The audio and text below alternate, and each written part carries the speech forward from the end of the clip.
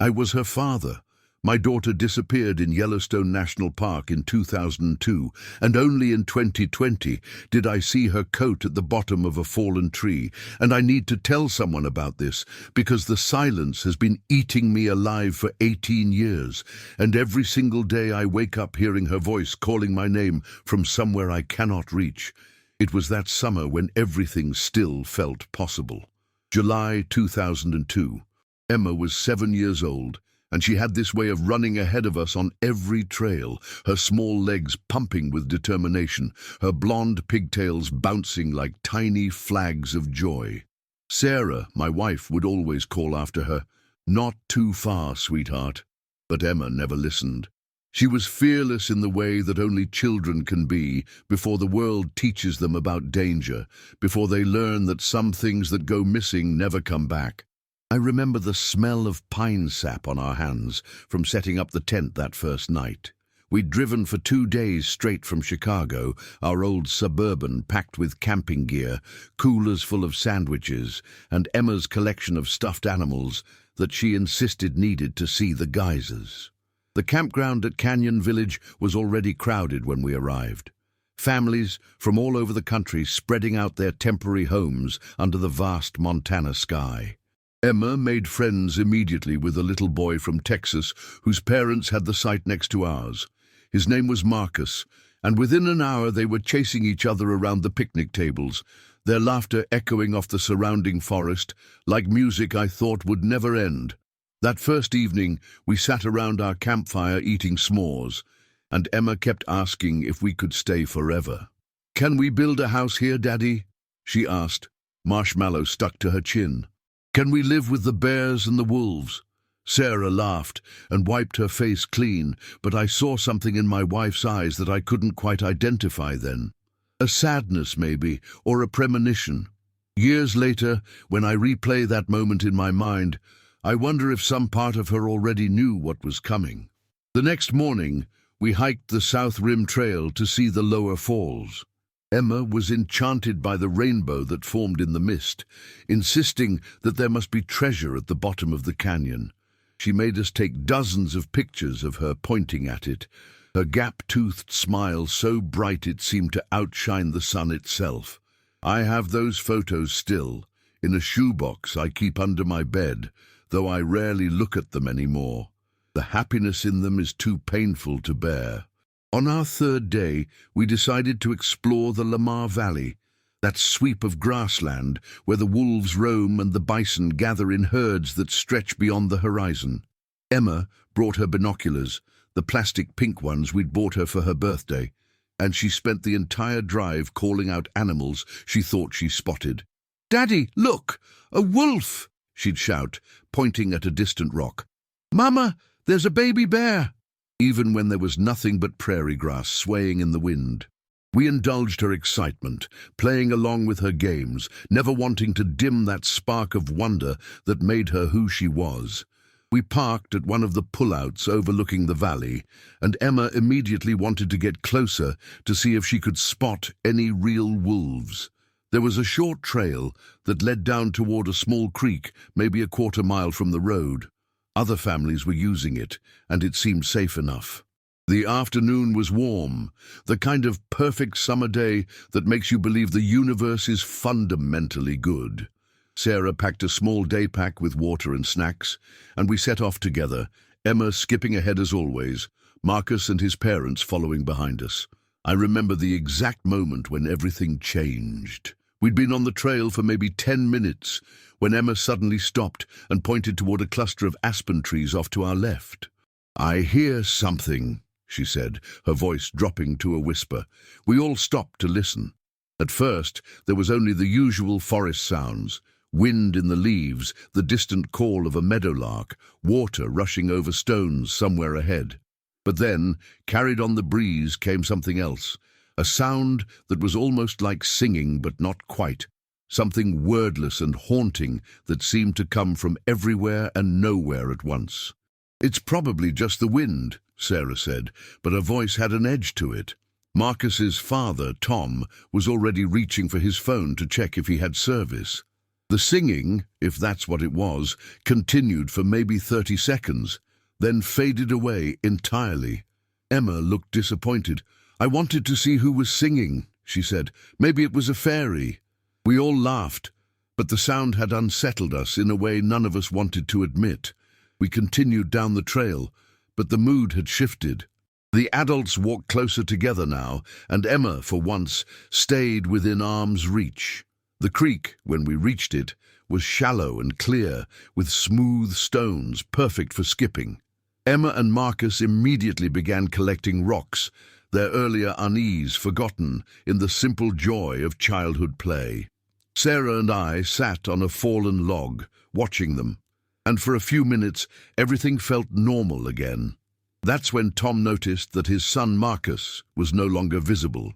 We'd all been watching the children just moments before, but somehow, in the span of maybe 2 minutes while we were setting up our small camp chairs, Marcus had vanished. His mother, Linda, called his name, her voice carrying that particular pitch of parental alarm that every parent recognizes.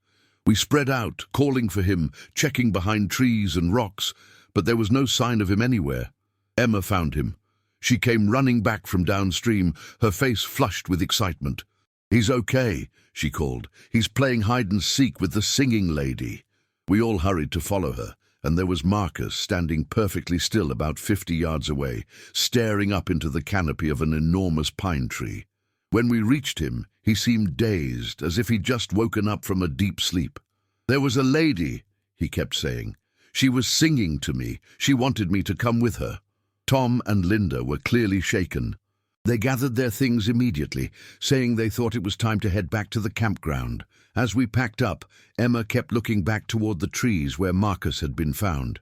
"I wanted to meet the singing lady too," she said. "Maybe tomorrow." Sarah took her hand firmly. "No, sweetheart, we need to stay on the main trails from now on." But Emma had that stubborn look in her eyes, the one that meant she was already planning something we wouldn't like.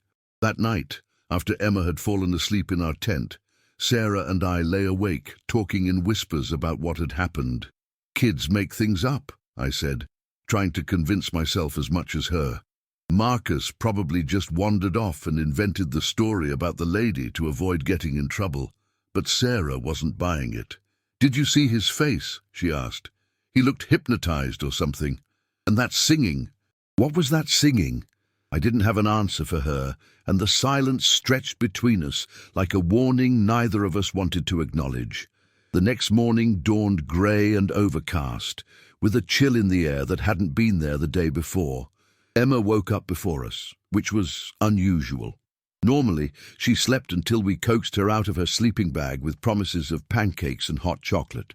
But that morning, I opened my eyes to find her sitting cross-legged at the entrance to our tent, fully dressed, staring out at the forest with an intensity that made my chest tighten with worry. "Emma?" I said softly. "What are you doing, sweetheart?" She turned to look at me, and for just a moment I didn't recognize her expression. There was something ancient in her eyes, something that didn't belong in the face of a 7-year-old child. "She's calling me, Daddy," she said simply. "The singing lady. She wants to show me something special." Sarah was awake now too, and I could feel her tension radiating through the thin walls of our tent.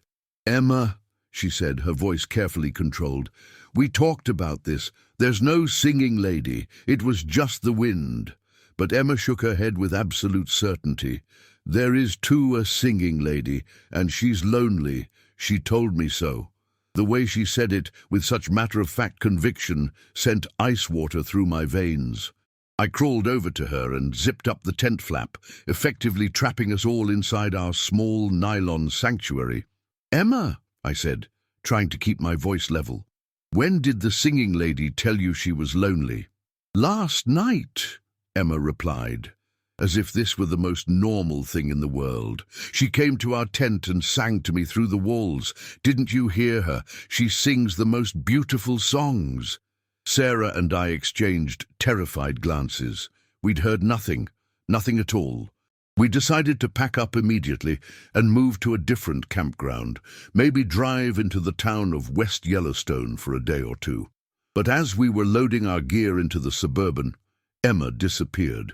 One moment she was helping Sarah stuff sleeping bags into their storage sacks, and the next she was simply gone. We called her name until our voices were hoarse. We searched every inch of the campground, enlisting other campers to help us look.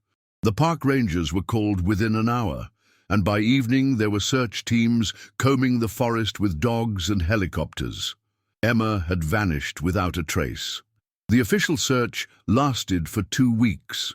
They brought in teams from multiple states, used thermal imaging, deployed dozens of volunteers, and covered hundreds of square miles of wilderness. They found nothing. Not a piece of clothing, not a footprint, not a single strand of her blonde hair caught on a branch. It was as if she had simply evaporated into the vast Montana wilderness, leaving behind only the echo of her laughter and the memory of her voice saying, "She's calling me, Daddy." The investigators questioned us extensively. They wanted to know about our marriage, our financial situation, whether there had been any signs of abuse or neglect. They searched our home in Chicago, interviewed our neighbors, spoke to Emma's teachers and friends. They were thorough and professional, but I could see the doubt in their eyes. Statistics show that most missing children are taken by family members. We understood their suspicion, even as it tore us apart from the inside. Sarah and I stayed in Yellowstone for 6 weeks, long after the official search had been called off. We rented a cabin in West Yellowstone and spent every day hiking the trails where Emma had last been seen, calling her name until our voices gave out. We posted flyers with her picture in every store, restaurant, and gas station within a 100-mile radius. We hired private investigators, consulted psychics, followed up on every reported sighting no matter how unlikely it seemed. Nothing. The silence was absolute. Sarah blamed me. Not directly, not at first, but I could see it growing in her eyes, like a cancer. If I had been watching more carefully, if I had taken the singing lady story more seriously, if I had insisted we leave the moment Marcus went missing, the if-onlys multiplied like bacteria, eating away at our marriage, our sanity, our ability to function in a world that had suddenly revealed itself to be far more dangerous and unknowable than we had ever imagined. We returned to Chicago at the end of August, but our house felt like a mausoleum. Emma's room remained exactly as she had left it, her bed made, her stuffed animals arranged on her pillow, her summer clothes laid out for a camping trip she would never take. Sarah would spend hours in there, sometimes talking to Emma as if she was still present, sometimes just sitting in silence, with tears streaming down her face. I threw myself into work, taking on extra cases, staying late at the office, doing anything to avoid the crushing weight of our loss. I was a corporate lawyer then, dealing with contracts and mergers and acquisitions, problems that had solutions, situations that could be resolved with enough research and negotiation. The law made sense in a way that Emma's disappearance never would. In the law, there were always answers, even if you didn't like them. But at night, when the distractions fell away and I lay in bed listening to Sarah's quiet sobbing, I would find myself transported back to that creek in the Lamar Valley, hearing that strange, wordless singing echoing through the trees. I would wonder if Emma was still out there somewhere, if she was safe, if she was afraid, if she was calling for us and we simply couldn't hear her voice over the noise of our own grief. The first year was the worst.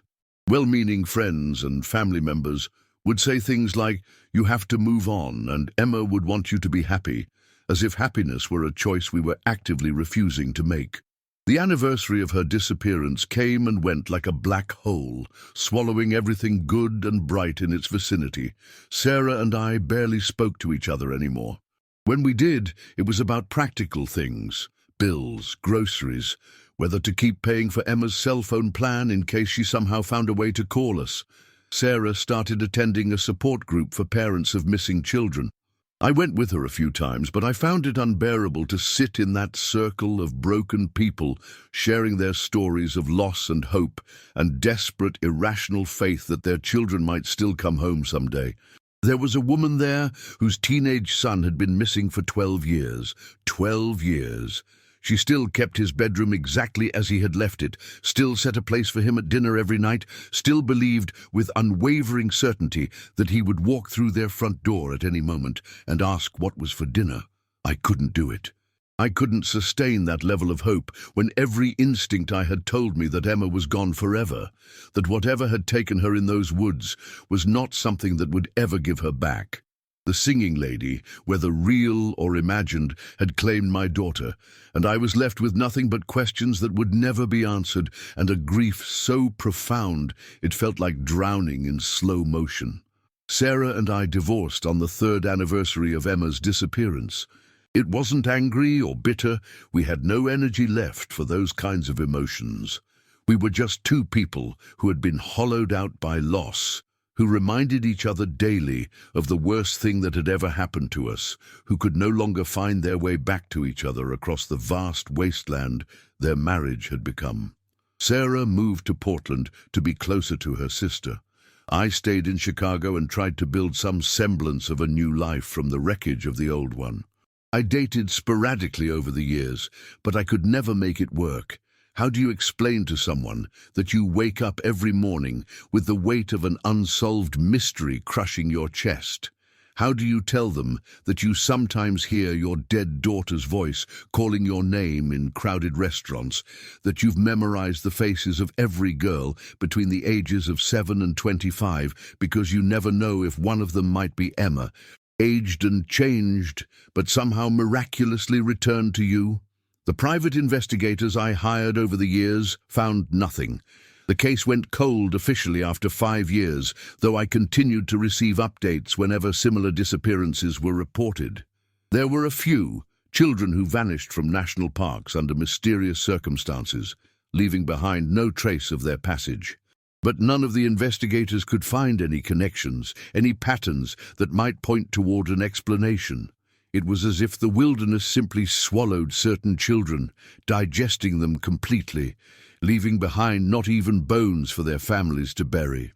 I developed what my therapist called complicated grief, a condition where the normal process of mourning becomes stuck, trapped in an endless loop of denial and searching and bargaining with a universe that refuses to negotiate. I would drive to Yellowstone every summer on the anniversary of Emma's disappearance, not because I believed I would find her, but because I couldn't bear the thought of her being alone on that day if she was somehow still out there, still waiting for her daddy to come and take her home.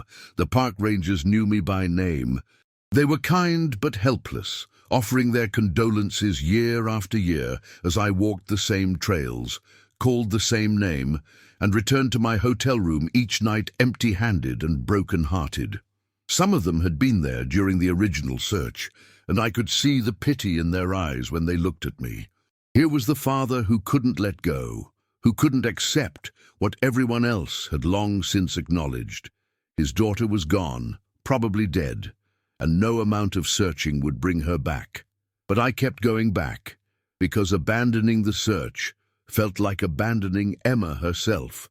As long as I was still looking, still hoping, still believing in the possibility of her return, then some part of her remained alive in the world. The moment I stopped searching would be the moment I acknowledged her death, and I wasn't ready for that finality. I might never be ready for it. The years blended together in a haze of work and therapy and sleepless nights. I changed law firms twice, eventually specializing in cases involving missing persons and families destroyed by tragedy. It wasn't healthy, my therapist told me, to surround myself with other people's losses, but it was the only work that felt meaningful anymore. I couldn't go back to corporate mergers and acquisitions, couldn't pretend that any of that mattered when children were disappearing and families were being torn apart, and the universe was revealing itself to be far crueler and more random than any of us wanted to believe. I helped other families navigate the labyrinth of police investigations and FBI protocols and media attention that comes with a missing child case. I held their hands as they made the same desperate bargains I had made, as they clung to the same impossible hopes I had carried for years. Sometimes we found their children, Runaways who had gotten in over their heads, teenagers who had been lured away by online predators, younger children who had simply gotten lost and been taken in by well-meaning strangers. Those were the good days, the ones that reminded me why I kept doing this work despite the emotional cost. But too often, we found nothing at all. Or worse, we found evidence that told us exactly what had happened and confirmed every parent's worst nightmare. Those cases were the ones that sent me back to therapy, that had me waking up at 3 in the morning with Emma's name on my lips and tears on my face. In 2010, 8 years after Emma's disappearance, I married a woman named Rebecca who worked as a victim's advocate for the district attorney's office. She understood loss in a way that most people couldn't, having worked with families in crisis for most of her career. She knew about Emma from the beginning. I had learned not to try to hide that part of my history from potential partners, and she accepted that there would always be a part of my heart that belonged to my missing daughter. Rebecca was patient with my annual pilgrimages to Yellowstone, understanding that I needed to make those trips, even though they invariably left me depressed and withdrawn for weeks afterward. She never asked me to stop looking for Emma, never suggested that it was time to move on or find closure. She simply held me when I cried and made sure I ate when I forgot to take care of myself, and loved me, despite the fact that I was broken in ways that might never heal. We tried to have children together, but Rebecca miscarried twice, and after the second loss, we decided that perhaps we weren't meant to be parents. The universe had taken one child from me already. I wasn't sure I could survive losing another one. Rebecca claimed she understood, but I could see the sadness in her eyes whenever she held other people's babies, the longing for something we would never have together. Our marriage lasted 7 years. In the end, it wasn't Emma's ghost that came between us, but rather my inability to be fully present in any relationship, when so much of my emotional energy was still tied up in unanswered questions and unresolved grief. Rebecca deserved better than a husband who was perpetually distracted by the past, who couldn't commit completely to a future when he was still trapped in an endless loop of searching and hoping and mourning. She moved to Denver after our divorce, and we still exchange Christmas cards and birthday messages. She remarried a few years later and had the children she had always wanted. I was genuinely happy for her, even as it reminded me of everything I had lost. Not just Emma, but the possibility of being the kind of father and husband I might have been if my life hadn't been derailed by tragedy when I was 34 years old. By 2015, I was 57 years old and living alone in a small apartment on the north side of Chicago. I had given up private practice and taken a job with a non-profit organization that helped families of missing persons navigate the legal system. The pay was terrible, but the work felt important in a way that nothing else in my life did anymore. I was helping other people avoid some of the mistakes I had made, connecting them with resources I had discovered too late, giving them hope when I had none left for myself. Emma would have been 20 then. I spent her 20th birthday wondering what she might have looked like, what she might have been studying in college, whether she would have been the kind of young woman who called her father just to check in, or the kind who was too busy with her own life to remember that her old man existed. I had missed her entire adolescence, would miss her wedding if she was somehow still alive to have one, would never meet my grandchildren if she lived long enough to give me any. The not knowing was the worst part. If she had died, I could have mourned her and eventually found some way to move forward with my life. If she'd been taken by someone who was keeping her alive somewhere, I could have maintained hope and continued searching with purpose. But the complete absence of information, the total lack of any evidence about what had happened to her, left me suspended in a kind of emotional purgatory where I could neither grieve nor hope, neither accept her death nor believe in her survival. I started having panic attacks that year. They would come without warning, usually triggered by something small, a glimpse of blonde hair in a crowd, A child's laughter that sounded like Emma's, the smell of pine sap or campfire smoke. My heart would race, my vision would tunnel, and for a few terrifying minutes I would be completely unable to breathe. My doctor prescribed medication and recommended that I consider retiring early, maybe moving somewhere warm where I could spend my remaining years in peace instead of reopening old wounds every day at work. But I couldn't retire. What would I do with myself if I wasn't helping other families find their missing children? How would I justify my own existence if I wasn't using my experience to prevent other parents from going through what I had endured? The work was killing me slowly, but it was also the only thing keeping me alive, the only way I had found to create meaning from meaninglessness, purpose from loss. In 2018, 16 years after Emma's disappearance, I suffered what my cardiologist delicately referred to as a cardiac event. I collapsed at work while reviewing case files and woke up in the hospital with Rebecca sitting beside my bed, her face pale with worry. She had listed herself as my emergency contact when we were married and had never bothered to change it, and the hospital had called her when they couldn't reach anyone else. "You can't keep doing this to yourself," she said, holding my hand while machines beeped and hummed around us. "Emma wouldn't want this for you. She loved you too much to want you to destroy yourself grieving for her." I wanted to tell her that she was wrong, that Emma's love was exactly what was keeping me going, that searching for her was the only way I knew how to be her father anymore. But the words wouldn't come, and instead I just lay there crying while Rebecca stroked my hair and whispered soothing nonsense like I was a child who had awakened from a nightmare. The heart attack forced me to take early retirement. I was 60 years old, officially disabled, and for the first time in 16 years I had no purpose, no mission, no reason to get out of bed each morning. The apartment felt like a tomb.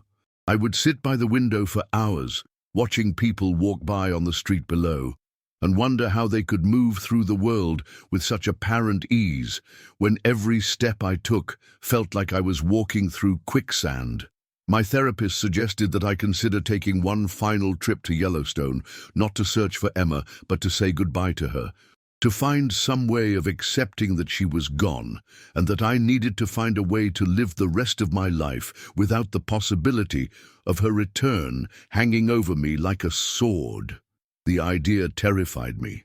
If I stopped believing that Emma might still be out there somewhere, if I accepted that she was truly gone, then what did that make me? Just another sad old man whose life had been defined by loss, whose only legacy was decades of futile searching and misplaced hope. But in the summer of 2020, 18 years after Emma's disappearance, I finally made that trip. I was 62 years old, officially retired, and running out of reasons to keep hoping for a miracle that was never going to come. I drove the same route we had taken as a family in 2002, listening to the same classic rock songs on the radio, stopping at the same gas stations and roadside attractions that had once delighted my 7-year-old daughter. The park looked different somehow, though I couldn't put my finger on exactly what had changed. There were more visitors than I remembered, more traffic, more development around the edges. But the wilderness itself was unchanged. The same vast sky, the same towering mountains, the same forests that had swallowed my daughter without a trace nearly 2 decades earlier. I stayed at the same campground where we had pitched our tent that first night, though I rented a cabin instead of camping. I was too old and too broken to sleep on the ground anymore, and the idea of lying in a tent, listening to night sounds in the forest, filled me with a dread I couldn't name. On my first morning there, I hiked the South Rim Trail where we had taken those pictures of Emma pointing at the rainbow in the mist. I sat on the same bench where we had eaten lunch and tried to remember exactly what she had said about building a house in the park and living with the bears and wolves. On the second day, I drove out to the Lamar Valley, to the pullout where we had parked before taking that last hike to the creek. The trail was still there, though it looked more worn than I remembered, marked now with official Park Service signs warning hikers to stay on designated paths and travel in groups. I wondered if Emma's disappearance had prompted some of those safety measures, if other families had been spared similar tragedies because of lessons learned from our loss. I didn't plan to hike the trail. I was just going to sit in my car for a while, maybe take a few pictures to prove to myself that I had been there, then drive back to the cabin and figure out how to spend the rest of my goodbye visit. But as I sat there watching other families with children walk toward the creek, listening to the same meadowlarks and wind sounds that had formed the backdrop to the worst day of my life, I found myself getting out of the car and following the trail down toward the water. The creek looked smaller than I remembered, shallower, the rocks worn smoother by 18 years of snowmelt and rain. I found the fallen log where Sarah and I had sat, watching Emma and Marcus skip stones, and I lowered myself onto it carefully, my back stiff with age and grief and all the sleepless nights I had spent over the years wondering what had happened to my little girl. That's where I was sitting when I saw it. At first, I thought it was just a scrap of fabric caught on some branches, the kind of litter that thoughtless hikers sometimes leave behind. But something about the color made me look more closely, and my heart began to pound with a recognition I didn't want to acknowledge. Blue, the exact shade of blue as the jacket Emma had been wearing the day she disappeared. I stood up slowly, my legs shaking, and walked toward the cluster of aspen trees where Marcus had been found that day, where Emma had said she wanted to meet the singing lady. There, at the base of an enormous pine tree that had fallen sometime in the intervening years, partially hidden beneath the tangle of its massive root system, was Emma's jacket. I knew it was hers immediately, not just because of the color, but because of the tiny hole near the left elbow where she had caught it on a fence post the previous summer, the missing button on the front pocket that she had been begging Sarah to replace, the faint stains on the cuffs from hot chocolate she had spilled during our last family camping trip before Yellowstone. It was unmistakably, undeniably, impossibly Emma's jacket, lying there in the dirt and pine needles as if she had just taken it off moments before. But that was impossible. This area had been searched thoroughly, repeatedly, by teams of professionals with dogs and metal detectors and ground-penetrating radar. Every inch of forest within a 5-mile radius of where Emma had last been seen had been combed multiple times. There was no way her jacket could have been lying here all these years without being discovered. Someone would have found it. Someone would have called the authorities. Someone would have given us the closure we had been desperately seeking for nearly 2 decades. I picked up the jacket with trembling hands, and that's when I noticed something even more impossible than its presence in this place. It was clean. Not just relatively clean, but pristine, as if it had been freshly laundered and carefully placed here just moments before my arrival. There was no 18 years' worth of weather damage, no fading from sun exposure, no deterioration from rain and snow, and the endless cycle of seasons that had passed since Emma had last worn it. The fabric was soft and supple, the zippers still working smoothly. The inner lining still showing traces of Emma's distinctive scent, that mixture of strawberry shampoo and childhood sweetness that I had never been able to forget. I stood there in the shadow of that fallen tree, holding my daughter's jacket against my chest, and I finally understood what had happened to Emma. Not the details, not the how or the why, but the essential truth that I had been running from for 18 years. She hadn't been taken by a human predator. She hadn't gotten lost and died of exposure. She hadn't run away or been abducted by strangers. She had gone willingly with something that lived in these woods, something that sang to lonely children and called them away from their families, something that existed in the spaces between the known and the unknowable, in the gaps where scientific explanation failed and mystery began. The singing lady that Marcus had described, that Emma had heard calling her name, was real. And she had been waiting all these years to return this one small piece of my daughter to me, this tangible proof that Emma had existed, that she had been loved, that her absence had left a hole in the world that would never be filled. I don't know how long I stood there crying, holding that jacket like it was Emma herself, returned to me at last. The sun was setting by the time I finally made my way back to my car, the jacket carefully folded in my arms like a sleeping child. I drove back to my cabin in a daze, my mind struggling to process what I had found, what it meant, whether I was having some kind of breakdown brought on by decades of unresolved grief. But the jacket was real. I could touch it, smell it, see the familiar imperfections that proved it had belonged to my daughter. And somehow, impossibly, finding it brought me a peace I hadn't felt since that terrible day in 2002 when Emma had vanished from our campsite. She was gone. I finally truly understood that she was gone, but she wasn't lost anymore. Someone or something had been taking care of her, had kept this piece of her safe and clean and whole until the moment when I was ready to receive it, ready to say goodbye, ready to let her go. I didn't report the discovery to the authorities. What would I tell them? That I had found my daughter's jacket in perfect condition 18 years after her disappearance, in a location that had been searched dozens of times. They would think I was having a psychotic break, or that I had planted the evidence myself as some kind of elaborate hoax. They would want to run tests, ask questions, turn Emma's jacket into Exhibit A in a cold case that would never be solved. I couldn't bear the thought of strangers handling the one tangible connection I had left to my daughter. Instead, I drove home to Chicago with Emma's jacket folded carefully in the passenger seat beside me. I framed one of the last photos we had taken of her wearing it, the one where she's pointing at the rainbow in the mist at Lower Falls, her gap-toothed smile so bright and alive it seems to leap off the paper. The jacket hangs in my closet now, and sometimes, when the loneliness becomes unbearable, I take it out and hold it close and remember what it felt like to be Emma's father, to be the center of someone's universe, to believe that love was strong enough to protect the people we care about most. I know now that Emma is at peace wherever she is. The singing lady took her somewhere safe, somewhere beyond the reach of human suffering and loss and all the terrible things that can happen to children in this world. Maybe she's still 7 years old, eternally happy, playing in forests where the dangers are gentle and the adventures always end well. Maybe she's grown into the young woman she was meant to become, living a life free from the weight of my grief and desperate searching.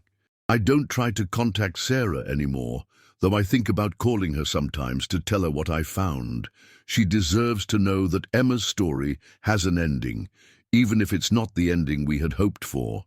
But I'm afraid that sharing this knowledge would only reopen wounds that have finally started to heal, that the impossible nature of the jacket's discovery would seem like madness rather than miracle to someone who wasn't there to experience it firsthand. Sometimes, late at night when the apartment is quiet and I'm lying in bed listening to the sounds of the city outside my window, I think I can hear singing.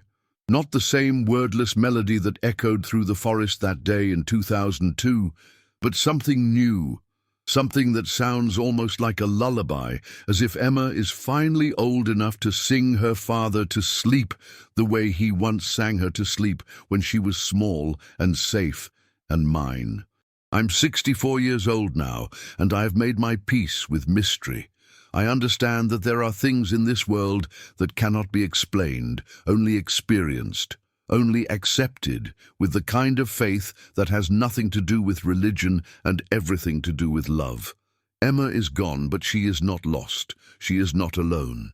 And someday, when my own story comes to an end, maybe I will hear that singing again, calling me home to wherever she has been waiting all these years for her daddy to find his way back to her.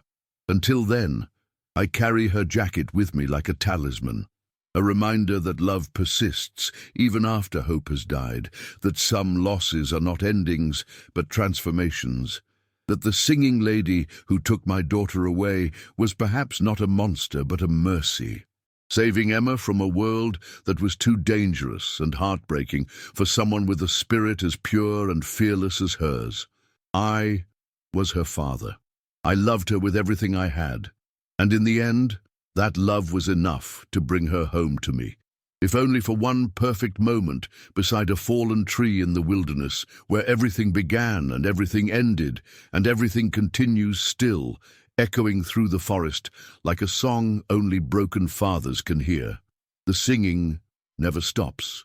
It's with me always now, a gentle reminder that Emma is safe, that she is loved, that somewhere beyond the reach of human understanding, she is still my little girl, still running ahead of me on some eternal trail, her pigtails bouncing like tiny flags of joy, her laughter echoing off mountains I will never see, but someday, if I'm very lucky, I might finally learn to climb. I was her father.